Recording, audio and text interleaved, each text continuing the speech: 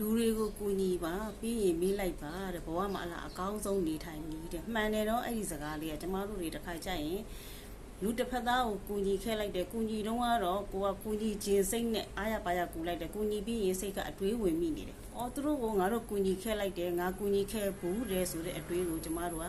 မှတ်ထားမိနေတယ်။အဲ့ဒီမှတ်ထားမိနေတဲ့စိတ်ကတကယ်တမ်းကတော့ကျမတို့မှားနေတယ်။မှတ်မိအောင်ကျမတို့ကမီးဖြောက်နိုင်ရမယ်။မမေ့ဖြောက်ခဲ့ရင်ကို့မှာအခက်အခဲလေးတွေကြုံလာတယ်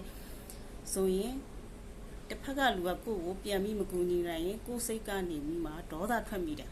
သူတို့တော့ငါတို့ကူညီခဲ့ဘူးတဲ့ငါတို့ကူညီခဲ့တာကြည်စမ်းအခုငါတို့ကြတော့ပြန်မကူညီဘူးဆိုပြီးတော့ကိုယ့်ဘက်ကနေဒေါသထွက်မိတယ်အဲ့ဒီထွက်မိတဲ့ဒေါသကြောင့်လေကိုကစိတ်ပင်ပန်းရတယ်အဲ့တော့ကျမတို့ကသူတို့ကိုကူညီခဲ့တာပဲကူညီခဲ့တော့ကကိုက